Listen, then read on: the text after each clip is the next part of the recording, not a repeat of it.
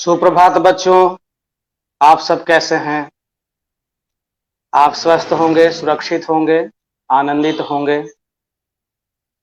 तो आइए आज का हम लोग ऑनलाइन पढ़ाई शुरू करते हैं। मैं चंद्रशेखर प्रसाद साहू, प्रधानाध्यापक कन्या मध्य विद्यालय कुटुंबा, औरंगाबाद, आप सभी का स्वागत करता हूं। बच्चों, आज हम लोग ऐसे महापुरुष के बारे में पढ़ेंगे जो केवल भारत के लिए ही नहीं बल्कि पूरे विश्व के लिए आदरणीय थे। लोग उनके उपदेशों पर चलते थे, उनके सिद्धांतों को स्वीकार करते थे और उनके विचारों का सम्मान करते थे। तो बच्चों, आज हम लोग राष्ट्रपिता जो भारत के हैं, कौन है भारत के राष्ट्रपिता, किन्हें कहा जाता है? तो कहा जाता है महात्मा गांधी को। तो महात्मा गांधी के बारे में आज हम लोग पढ़ेंगे। महात्मा गांधी कई बार जेल गए थे। कहां गए थे बच्चों? जेल गए थे। तो क्या वह किसी अपराध के कारण जेल गए थे? क्या किसी को नुकसान पहुंचाया था या और कोई निंदनीय कार्य किया था जिसके कारण उन्हें जेल जाना पड़ा? तो नहीं बच्चों, उन्होंने कोई निंदनीय कार्य नहीं किया, कोई भी अपराध नहीं किया, बल्कि वह भारत की स्वतंत्रता के लिए, भारतीयों की स्वतंत्रता के लिए जो अपना आंदोलन करते थे, जो संघर्ष करते थे, जो सत्याग्रह करते थे, उससे नाराज होकर, उससे रुष्ट होकर, क्रोधित होकर ब्रिटिश हुकूमत, अंग्रेजी राज का जो शासन था, उन्हें जेल में डालता था। तो बच्चों, यह जो आज का प्रसंग है, आज का प्रसंग भारत से संबंधित आंदोलन का नहीं है, बल्कि यह प्रसंग जो है वह दक्षिण अफ्रीका से जुड़ा हुआ है। दक्षिण अफ्रीका में भी महात्मा गांधी जाकर वहां के भारतीयों को स्वतंत्रता दिलाने के लिए, स्वाधीनता दिलाने के लिए, उनका अधिकार दिलाने के लिए उन्होंने बहुत सारा कार्य किया। कई आंदोलन किए, कई सत्याग्रह किए और कई बार उन्हें जेल जाना पड़ा। तो बच्चों, जब वहां दक्षिण अफ्रीका में जो भारतीय थे, जो काले थे, उन्हें वहां बहुत अपमान सहना पड़ता था, उनके साथ दुर्व्यवहार होता था, उनके साथ समानता का व्यवहार, सम्मान का व्यवहार नहीं किया जाता था, बल्कि कदम कदम पर, समय समय पर उनके साथ पशु जैसा अपमानजनक व्यवहार किया जाता था। बच्चों, एक बार दक्षिण अफ्रीका में कानून बन गया कि जो 15 साल से ऊपर भारतीय हैं, वह अपना पंजों का छाप दे करके और पहचान पत्र बनाएंगे और अपने पास रखेंगे। जब यह कानून के बारे में महात्मा गांधी ने सुना, इनका पूरा नाम था मोहनदास करमचंद गांधी। तो जब मोहनदास वहां देखे कि भारतीयों को अंगुली का छाप लेने का ये जो कानून है बहुत अपमानजनक कानून है, तब उन्होंने इस कानून का विरोध किया और कहा कि यह कानून जो है भारतीयों के सम्मान के लायक नहीं है, और उन्होंने इस कानून का विरोध किया। तब इसी से वहां का जो शासक था इन्हें जेल में बंद कर दिया। और वह जेल में कहां बंद किया? प्रिटोरिया में बंद किया। प्रिटोरिया जेल में इन्हें बंद कर दिया गया। तब जब वहां जेल में बंद हो गए तो यह अपने बच्चों, अपने पत्नी से, अपने परिवार से और भी जो लोग वहां थे, इनके समर्थक, इनके अनुयायी, इनके विचारों के समर्थक, उनसे वह अलग हो गए। तो बच्चों यह बताइए कि जब कोई व्यक्ति अलग हो जाता है तो अपने परिवार के साथ, अपने लोगों के साथ कैसे संपर्क करेगा, अपनी बात कैसे उन तक पहुंचाएगा, कैसे पहुंचाएगा बच्चों बताइए। आज अगर आप कहीं दूर चले गए तो आपको अपने माता पिता से बात करनी हो तो आप कैसे करेंगे? आप मोबाइल फोन से बात करेंगे। लेकिन बच्चों उस समय मोबाइल नहीं था, उस समय टेलीफोन नहीं था, तो कैसे बात करते थे? तो वह बात करते थे पत्र लिखकर। क्या लिखते थे? पत्र। पत्र का नाम सुने हैं?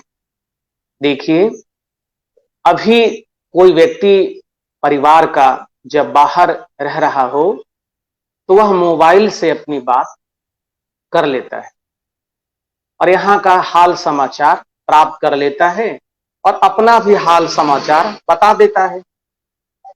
लेकिन जब मोबाइल नहीं थे तब व्यक्ति जो दूर थे वो अपने परिवार के सदस्यों के साथ पत्राचार करते थे, चिट्ठी लिखते थे, पत्र लिखते थे और वह अपना समाचार उसमें लिखते थे और वह जहां परिवार रहते हैं वहां के पता पर वह भेजते थे। और डाकघर देखे हैं? आपके यहाँ डाकघर है ना? तो वहां पर चिट्ठी आती है, पत्र आता है, या कोई बाहर से सामान भेजता है तो वह भी पार्सल के माध्यम से डाकघर से आपको प्राप्त होता है। तो डाकघर जो है वह पत्र लाता है, पार्सल लाता है और भी कई तरह का रजिस्ट्री पत्र लाता है। तो यह डाक घर का कार्य होता है, डाक विभाग का काम होता है। तो उस समय जब मोबाइल नहीं थे तब पत्र डाक के माध्यम से ही परिवार को प्राप्त होता था। तो जब गांधी जी प्रिटोरिया जेल में थे तो वह अपने पुत्र के साथ, पत्नी के साथ अपनी बात, अपना समाचार सुनाना चाहते थे। तब वह पत्र के माध्यम से ही एक रास्ता था कि वह अपनी बात, अपना समाचार बताते। तो वह पत्र लिखे। यह पत्र बच्चों अपने पुत्र मणिलाल को उन्होंने लिखा। यह पत्र प्रिटोरिया जेल से 22 मार्च 1909 को अपने पुत्र मणिलाल को लिखा। और यह पत्र बच्चों इतना चर्चित हुआ, इसे इतना महत्वपूर्ण माना गया विद्यार्थियों को लेकर, विद्यार्थियों के संबंध में, बच्चों के संबंध में, कि यह पत्र आज आपके पाठ्य पुस्तक में है। तो कक्षा 6ठी की पाठ्य पुस्तक हिंदी में, हिंदी विषय की पाठ्य पुस्तक में यह पत्र आपको पढ़ने के लिए है। इसका शीर्षक है बच्चों, पिता का पत्र पुत्र के नाम। इस पत्र में मोहनदास यानी महात्मा गांधी ने अपने विचारों को लिखा है कि कैसी शिक्षा होनी चाहिए, बच्चों का व्यवहार कैसा होना चाहिए, बच्चों को अपने विद्यार्थी जीवन में, विद्यार्थी काल में किन बिंदुओं पर ध्यान देना चाहिए, कौन कौन सी आदतों पर उन्हें ध्यान देना चाहिए, उन्हें कौन सा व्यवहार करना चाहिए, उनकी शिक्षा कैसी हो, इस पर इन्होंने, महात्मा गांधी ने, मोहनदास ने अपने पुत्र मणिलाल को लिखा है, जो आपके लिए भी बहुत महत्वपूर्ण है। तो आइए हम इस पत्र को पढ़ते हैं। तो यह पत्र किसने लिखा? मोहनदास यानी महात्मा गांधी ने लिखा। किनके पास लिखा? अपने पुत्र मणिलाल के पास लिखा। और कहां से लिखा? प्रिटोरिया जेल से लिखा। और कब लिखा? 25 मार्च 1909 ईस्वी को लिखा। तो पत्र में बच्चों सबसे पहले ऊपर दाईं ओर स्थान का नाम लिखा जाता है जहां से पत्र लिखा जा रहा है, और फिर वहीं पर समय दिया जाता है कि किस तिथि को यह पत्र लिखा जा रहा है। और फिर बाईं ओर जिसको आप पत्र लिख रहे हैं, जिसे पत्र लिखा जा रहा है, उसका संबोधन होता है। तो महात्मा गांधी अपने पुत्र मणिलाल को पत्र लिख रहे हैं, तो उनका संबोधन क्या होगा? उनका संबोधन होगा प्रिय पुत्र, है ना, प्यारे पुत्र, यह संबोधन होगा। तो इन्होंने संबोधन लिखा है प्रिय पुत्र। प्रति मास एक पत्र लिखने और एक पत्र प्राप्त करने का अधिकार मुझे मिला है। अब मैं पत्र लिखूं किसे? मिस्टर रीच का, मिस्टर पोलक का, और तुम्हारा ख्याल मुझे बारी बारी से आया, लेकिन मैंने तुम्हें ही लिखना पसंद किया क्योंकि पढ़ने के समय तुम्हारा ही ध्यान मुझे बराबर रहता था। महात्मा गांधी यह लिख रहे हैं कि मुझे माह में एक ही पत्र लिखने और एक ही पत्र प्राप्त करने का अधिकार मिला है। चूंकि मैं जेल में बंद हूं, मेरे अधिकार सीमित हैं, तो मुझे केवल एक पत्र लिखने और एक पत्र प्राप्त करने का अधिकार है। तब एक माह में एक ही पत्र लिखना है, तो मुझे मिस्टर रीच का, मिस्टर पोलक का और तुम्हारा ख्याल बारी बारी से आया। लेकिन अब मैं पत्र लिखूं किसे?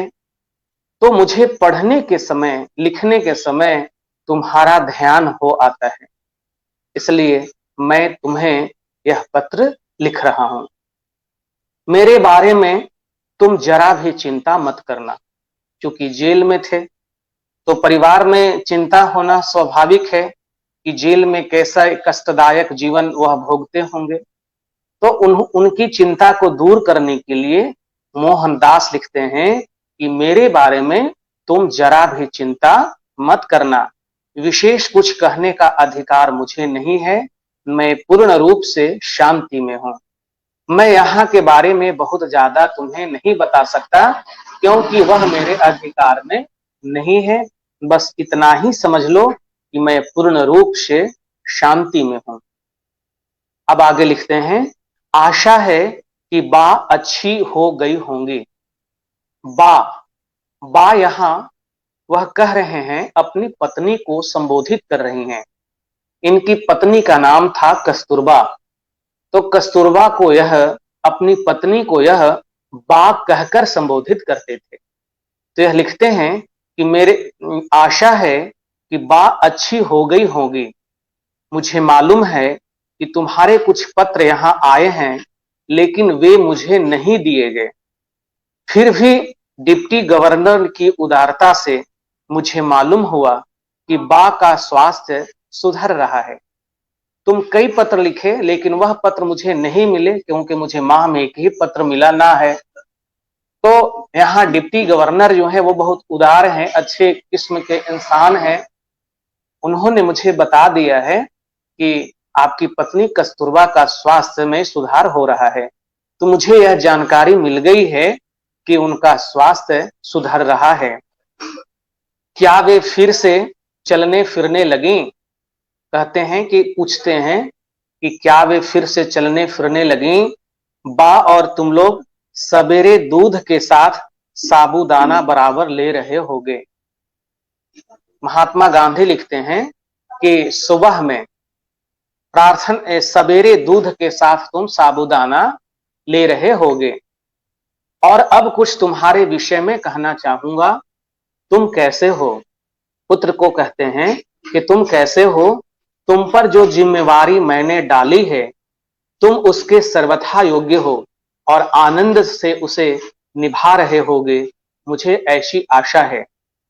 अपने पुत्र को इन्होंने कुछ बातें कही थी, कुछ जिम्मेवारी दी थी, तो उनको याद कराते हुए गांधी जी कहते हैं कि मुझे आशा है कि मैंने तुम्हें जो जिम्मेवारी दी है वह तुम निभा रहे होगे।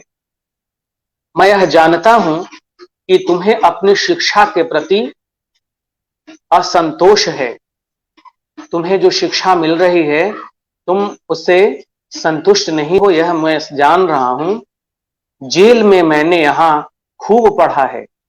मैंने जेल में यहां खूब पढ़ा है। इससे मैं यह समझता हूं कि केवल अक्षर ज्ञान ही शिक्षा नहीं है। सच्ची शिक्षा तो चरित्र निर्माण और कर्तव्य बोध है। गांधी जी अपने पुत्र को बता रहे हैं कि अच्छी शिक्षा, सच्ची शिक्षा केवल अक्षर ज्ञान नहीं है।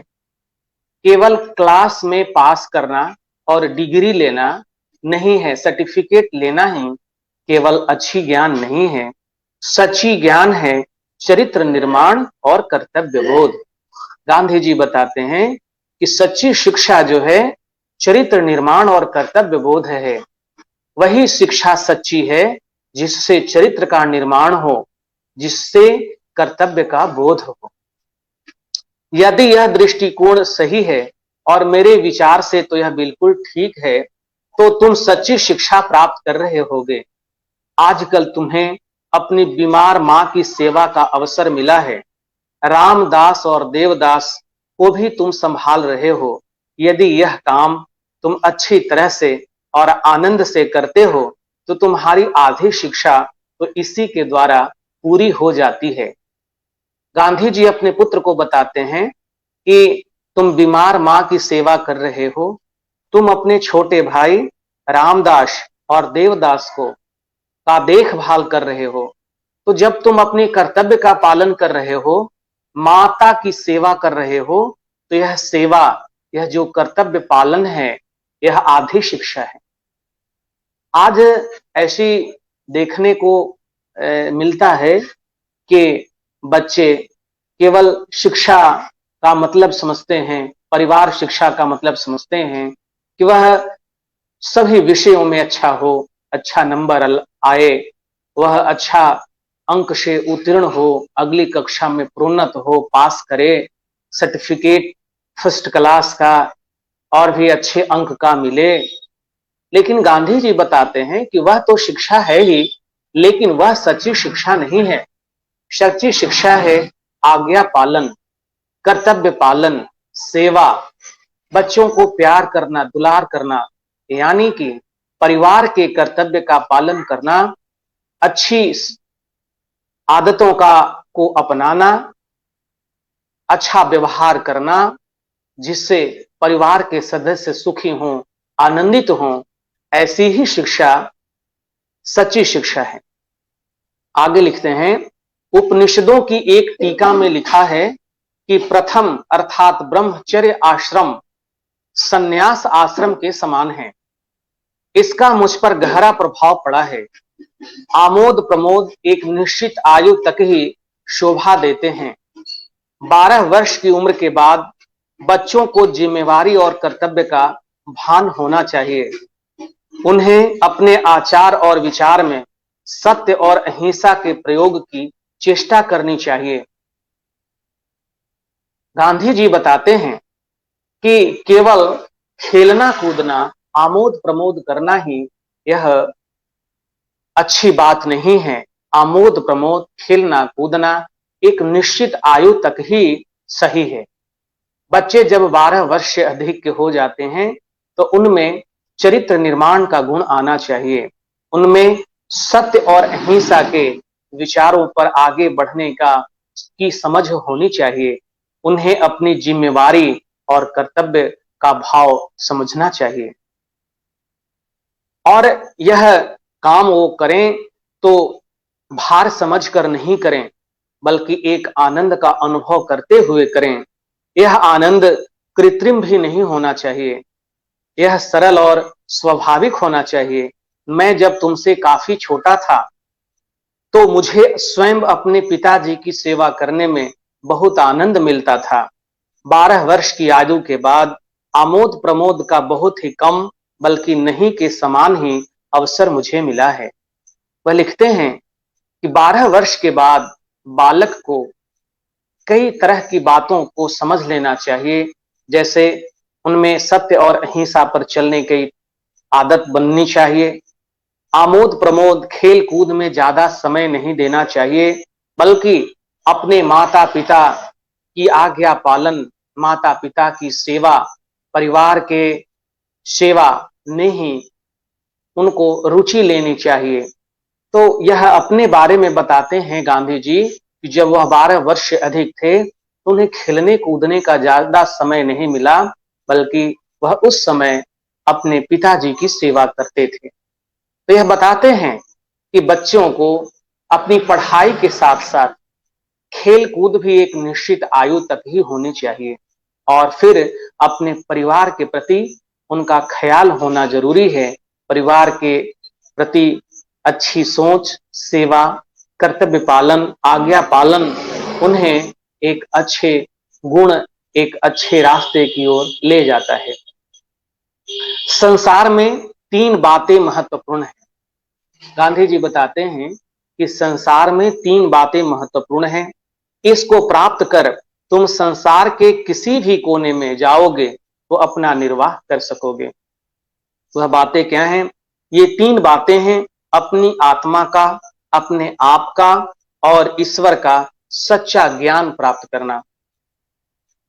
अपनी आत्मा का, अपनी आत्मा के बारे में समझना, ये महत्वपूर्ण बात है। अपने आप का, अपने बारे में जानना समझना, यह भी महत्वपूर्ण है। और ईश्वर का सच्चा ज्ञान प्राप्त करना भी महत्वपूर्ण बात है। गांधी जी आगे लिखते हैं, इसका मतलब यह नहीं कि तुझे अक्षर ज्ञान नहीं मिलेगा, वह तो मिलेगा ही, लेकिन तुम उसकी चिंता करो यह मैं नहीं चाहता। इसके लिए तुम्हारे पास अभी बहुत समय है। अक्षर ज्ञान तो इसलिए होता है कि जो कुछ तुम्हें मिला है उसे तुम दूसरों को दे सको। गांधी जी कहते हैं कि अक्षर ज्ञान जरूरी है, लेकिन उससे भी ज्यादा जरूरी है अपने आप को जानना, अपने आप को समझना, ईश्वर का सच्चा ज्ञान प्राप्त करना, अपनी आत्मा के बारे में समझना। तो ये जो बातें हैं, यह बातें चरित्र निर्माण से, कर्तव्य पालन से और आज्ञा पालन से जुड़ा हुआ है। तो गांधी जी अक्षर ज्ञान से ज्यादा चरित्र निर्माण, कर्तव्य बोध पर जोर देते हैं। आगे लिखते हैं कि इतना और याद रखना कि अब से हमें गरीबी में रहना है। जितना अधिक मैं विचार करता हूं, उतना ही अधिक मुझे लगता है कि गरीबी में ही सुख है। अमीरों की तुलना में गरीबी अधिक सुखद है। गांधी जी कहते हैं कि देखो, तुम एक बात का ख्याल रखना कि अब हम लोगों को गरीबी में ही जीना सीखना होगा, क्योंकि गांधी जी सत्याग्रह आंदोलन के कारण जेल में होते थे, देश सेवा करते थे, मानव सेवा करते थे। तो वह यह कार्य उनका निस्वार्थ था, इनसे कोई आमदनी होती नहीं थी, और जीवन निर्वाह के लिए धन का होना, रुपये पैसे का होना, दौलत का होना जरूरी है। अगर यह नहीं होगा तो मनुष्य गरीबी में अपना जीवन गुजारेगा। तो गांधी जी के पास धन दौलत की चाह नहीं थी, संपत्ति संग्रह की इच्छा नहीं थी। वह तो मानव सेवा और अपना आंदोलन, सत्याग्रह, यह सब में ज्यादा समय देते थे, तो वह जीवकोपार्जन नहीं हो पाता था। तो यह संकेत करते हैं कि जिस तरह से हमारी जीवन शैली है, हमारा जो काम है, उसमें यह संभव है कि हमें आगे गरीबी में ही जीना पड़े। इसलिए मुझे यह लगता है कि गरीबी में ही सुख है, अमीरी में सुख नहीं है, बल्कि उससे अधिक गरीबी में ही सुख है। उन्हों वह ऐसा अनुभव प्राप्त किए हैं। वह आगे कहते हैं, आगे लिखते हैं कि खेत में घास निराने और गड्ढे खोदने में पूरा समय देना, भविष्य में हमें अपना जीवन निर्वाह इसी से करना है। मेरी इच्छा है कि अपने परिवार में तुम एक योग्य किसान बनो, सभी औजारों को सदा साफ और सुव्यवस्थित रखना। गांधी जी कहते हैं कि तुम एक किसान बनो, मेरी इच्छा है, इसलिए तुम अभी से ही गड्ढे खोदना, खरपतवार खेतों से निकालना, औजारों को साफ सुथरा रखना अभी से ही तुम सीख जाओ। तुम किसान बनो, क्योंकि किसान का जीवन जो होता है सबसे ज्यादा उपयोगी है, सबसे ज्यादा लाभ है, सबसे ज्यादा दूसरों को भला करने वाला है। किसान ही ऐसा है जो सभी को खाने का अनाज देता है, सब्जी देता है। लोगों को का पालन पोषण कौन करता है? किसान करता है। तो गांधी जी यह बताते हैं कि जो सबको पालन पोषण करने वाला व्यवसाय है, जो कार्य है खेती किसानी का, कृषि कार्य का, तो किसान तुम बनो, मेरी इच्छा है, क्योंकि इस कार्य से तुम ज्यादा से ज्यादा, अधिक से अधिक लोगों को लाभ दोगे, उनका पालन पोषण में तुम मदद करोगे। आगे वह लिखते हैं, अक्षर ज्ञान में गणित और संस्कृत पर पूरा ध्यान देना। कहते हैं कि पढ़ाई लिखाई में तुम गणित और संस्कृत, ये दोनों विषयों पर पूरा ध्यान देना। भविष्य में संस्कृत तुम्हारे लिए बहुत उपयोगी सिद्ध होगी। ये दोनों विषय बड़ी उम्र में सीखना कठिन है। संगीत में भी बराबर रुचि रखना। गांधी जी कहते हैं कि गणित और संस्कृत दो ऐसे विषय हैं जिनमें तुम काफी रुचि रखो, और संस्कृत और गणित का उपयोग तुम्हें ज्यादा अपने जीवन में आगे पड़ेगा। इसलिए तुम जब बड़े हो जाओगे तुम ये विषय नहीं सीख पाओगे, इसलिए छोटे में ही तुम गणित और संस्कृत को अच्छी तरह पढ़ लेना। संस्कृत का उपयोग तुम्हें आगे होगा, क्योंकि गांधी जी यह मानते थे कि मनुष्यों में नैतिक मूल्य के विकास करने के लिए, अच्छी आदतों और अच्छा व्यवहार अपनाने के लिए जो हमारे पौराणिक ग्रंथ हैं, जो हमारे प्राचीन ग्रंथ हैं, जैसे रामायण, महाभारत, गीता, पुराण, उपनिषद, यह सब जीवन मूल्य के संदेश देते हैं। मनुष्य का जीवन कैसे संतोष, सुखी और प्रसन्न हो, लोगों का कल्याण कैसे हो, संसार का कल्याण कैसे हो, मनुष्य कैसे एक अच्छा मानव बने, एक अच्छा इंसान बने, तो यह सारी चीजें जो संस्कृत में लिखी हुई पुस्तकें हैं उनमें हैं। तो गांधी जी का यह मानना था कि ऐसी अच्छी पुस्तकों को पढ़ने के लिए संस्कृत का ज्ञान होना बहुत जरूरी है। इसलिए वह अपने पुत्र को यह कहते हैं कि तुम संस्कृत अच्छी तरह सीख लेना, क्योंकि तुम्हें आगे के जीवन में यह संस्कृत की भाषा, यह संस्कृत का ज्ञान तुम्हारे लिए उपयोगी होगा। आगे कहते हैं कि तुम संगीत में भी रुचि रखना। गांधी जी केवल अक्षर ज्ञान पर ही बल नहीं देते थे, बल्कि वह संगीत पर भी जोर देते थे कि बच्चों को कला से, गीत से, संगीत से भी प्रेम करना चाहिए, उस ओर भी उनमें कौशल का विकास होना चाहिए। आगे लिखते हैं कि हिंदी, गुजराती और अंग्रेजी के चुने हुए भजनों एवं कविताओं का एक संग्रह तैयार करना चाहिए। वर्ष के अंत में तुम्हें अपना यह संग्रह बहुत मूल्यवान प्रतीत होगा। गांधी जी अपने पुत्र को कहते हैं कि एक काम तुम और करना, हिंदी, गुजराती और अंग्रेजी में जो अच्छी कविताएं हैं, भजन हैं, उनका तुम एक संग्रह तैयार करना, यह बहुत ही उपयोगी होगा। काम की अधिकता से मनुष्य को घबराना नहीं चाहिए। गांधी जी समझाते हैं कि जब काम अधिक आ जाए तो घबराना नहीं चाहिए, और नहीं यह सोचना चाहिए कि यह कैसे होगा और पहले क्या करूं। शांत चित्त से विचार पूर्वक तुमने यदि सभी सद्गुणों को प्राप्त करने की चेष्टा की तो वे तुम्हारे लिए बहुत उपयोगी और मूल्यवान प्रमाणित होंगे। कहते हैं कि तुम शांत चित्त से विचार पूर्वक सद्गुणों को प्राप्त करने की चेष्टा करो, क्योंकि यह तुम्हारे जीवन में आगे बहुत उपयोगी और मूल्यवान साबित होंगे। तुमसे मुझे यह भी आशा है कि घर के लिए जो भी तुम खर्च करते हो उसका पैसे पैसे का हिसाब रखते रहो। गांधी जी का मानना था कि रुपए पैसे का हिसाब रखना भी एक अच्छी आदत है। एक यह दैनिक चर्या में, रोजाना के कार्यों में रुपए पैसे का हिसाब रखना भी जरूरी होता है। गांधी जी बताते हैं कि जो तुम, उसे अपने पुत्र को समझा रहे हैं कि जो तुम खर्च करते हो उस खर्च का हिसाब पैसे पैसे का रखना। गांधी जी यह समझते थे कि फालतू में कोई खर्च नहीं होना चाहिए। जितना हमारे लिए आवश्यक है, जितना हमारे लिए अनिवार्य है, हम उतना ही खर्च करें। फालतू के खर्च, व्यर्थ के खर्च, ज्यादा खर्च पर वह असहमत होते थे। इसलिए वह अपने पुत्र को कहते हैं कि जब तुम रुपए पैसे का हिसाब रखोगे तब तुम्हें यह पता हो जाएगा कि किन फालतू चीजों पर खर्च हुआ है और किन अनिवार्य चीजों पर खर्च हुआ है। इससे तुम्हें अधिक व्यय, फालतू के खर्च होने की समस्या से बचने का कौशल आएगा, बचने का ज्ञान प्राप्त होगा। आगे गांधी जी लिखते हैं, मुझे यह भी आशा है कि तुम रोज शाम को नियम पूर्वक प्रार्थना करते होगे।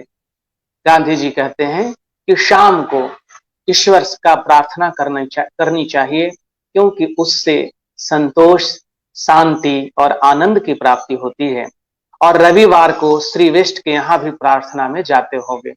कह रहे हैं कि रविवार को ईसाई जो होते हैं, ईसाई धर्म के जो लोग होते हैं, वह रविवार को चर्च में, गिरजाघर में जाकर परमात्मा के प्रति प्रार्थना करते हैं। तो इनके एक मित्र थे श्री वेस्ट, जिनके यहाँ रविवार को प्रार्थना सभा होती थी। तो कहते हैं कि तुम वहां भी जाओ, क्योंकि सभी धर्मों का आदर करना हमारा स्वभाव होना चाहिए। केवल अपने ही धर्म का नहीं, बल्कि दूसरों के धर्म को का भी सम्मान करना, आदर करना, उन्हें महत्व देना हमारी आदत होनी चाहिए, हमारा स्वभाव होना चाहिए। सूर्योदय से पहले उठकर प्रार्थना करना बहुत ही अच्छा है। गांधी जी कहते हैं कि सुबह उठ जाइए, सूर्योदय के पहले उठकर भगवान का प्रार्थना करना अच्छा है।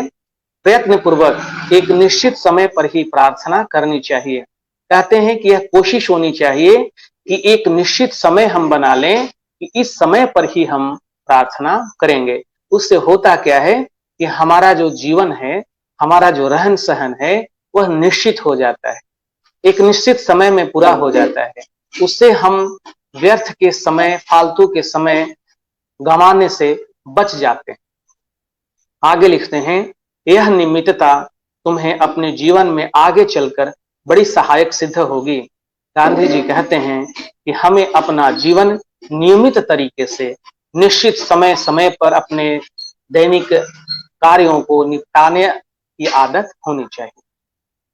इस अंत में लिखते हैं, इस पत्र को पढ़कर अच्छी तरह समझ लेने के बाद मुझे जवाब देना। जवाब जितना लंबा चाहो उतना लिख सकते हो। अंत में मैं अपने प्रेम सहित यह पत्र समाप्त करता हूं। कहते हैं कि इस पत्र को तुम अच्छी तरह समझ लेना और जवाब में मुझे भी पत्र लिखना। चाहो तो तुम अधिक लंबा भी लिख सकते हो, ज्यादा से ज्यादा अपनी बात पत्र में लिख सकते हो। यह कहकर लिखते हैं फिर अंत में, तुम्हारा पिता मोहनदास। पत्र के अंत में जो पत्र लिखने वाला होता है वह अपना परिचय लिखता है। तो यह पत्र मोहनदास लिख रहे हैं, मणिलाल के पिताजी लिख रहे हैं। तो अपना लिखे, तुम्हारा पिता मोहनदास। और फिर इधर जो पत्र का पता होना चाहिए, पत्र कहाँ भेजना है, पत्र को कहाँ पहुंचना है, उसका पता लिखना होता है। तो इन्होंने लिखा है, Shri Manilal Gandhi, Indian opinion, Phoenix, Natal. तो यह नेटाल में लिखे हैं। नेटाल बच्चों दक्षिण अफ्रीका में ही है, और गांधी जी वहीं अपने परिवार के साथ रहकर दक्षिण अफ्रीका में भारतीयों के हक के लिए, उनके स्वाभिमान की लड़ाई लड़ते थे। तो बच्चों यह पत्र आपको बहुत अच्छा लगा होगा। तो यह बच्चों गांधी जी इस तरह से जेल में रहकर और पत्र लिखते थे पढ़ाई करते थे। क्योंकि जेल में तो केवल और केवल खाली समय होता है, तो वहां यह अध्ययन करने का, पढ़ाई करने का और लिखने का भी कार्य करते थे। तो गांधी जी की जब जेल यात्रा होती थी बच्चों, तो उस जेल यात्रा में इन्हें बहुत समय मिलता था पढ़ने का और लिखने का। तो बच्चों, गांधी जी अपनी जेल यात्रा का बहुत ही रचनात्मक उपयोग किया है, और यहाँ वह प्रिटोरिया से भी उन्होंने लेखन का कार्य और स्वाध्याय का कार्य किया है। तो आइए बच्चों, यह पत्र आपको बहुत अच्छा लगा होगा। यह पत्र आपके लिए इसलिए जरूरी है कि जिन जिन आदतों का होना, जिन व्यवहारों का होना बच्चों में जरूरी है, उसके बारे में गांधी जी बहुत अच्छी तरह अपने पुत्र को लिखे हैं। तो यह पत्र आपके लिए इसलिए उपयोगी है कि आपको बचपन में किन आदतों पर ध्यान देना चाहिए, किन व्यवहारों पर ध्यान देना चाहिए, इसकी आपको जानकारी इस पाठ से होती है।